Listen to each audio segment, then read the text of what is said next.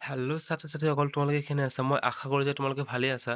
আৰু তোমালোকৰ কাৰণে মই লৈ আহিছোঁ আজি ক্লাছ 5ৰ অসমীয়া কিতাপৰ প্ৰথমটো গীত। এই গীতটো হ'ল অসম আমাৰ ৰূপহী।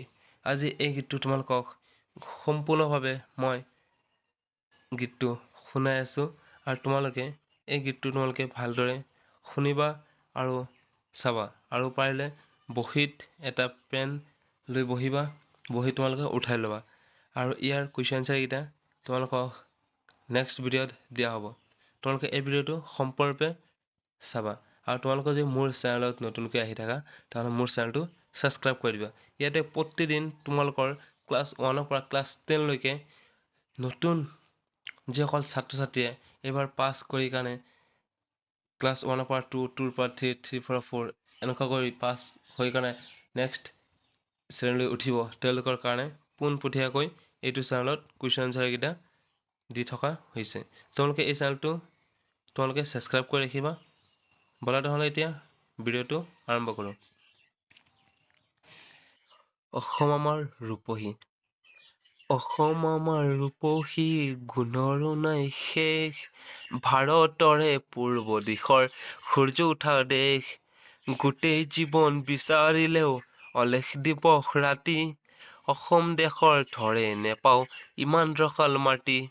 চিৰ বিনন্দীয়া তোমাৰ সেউজ পৰিৱেশ। ভাৰতৰে পূৰ্ব দিশৰ সূৰ্য উঠা দেশ। বহাগতে আমাৰে আই মোহৰা হৈ ঘূৰে। মাঘত শুন হাতেৰে লখিমী আদৰে। শৰৎ নিশাই তৰাৰে সজাই আয়ৰে কেশ। ভাৰতৰে পূৰ্ব দিশৰ সূৰ্য উঠা দেশ। পাহাৰ ভৈয়াম একে কৰা ৰামধনুৰে ধৰে। তোমাৰ ভাষাৰ মৰমবোৰে মিলন সেতু গঢ়ে। লৌহিতৰে বহল পাৰক প্ৰণিপাত কৰোঁ।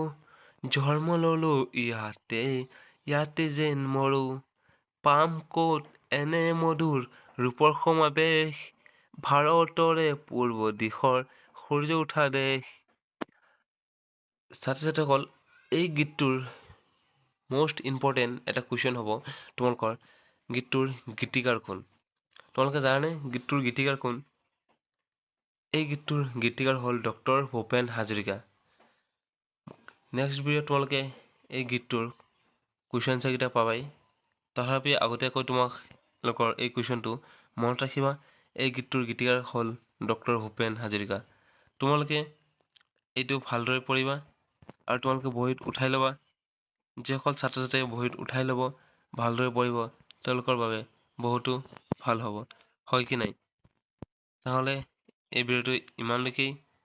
আজিৰ কাৰণে টাটা, বাই বাই।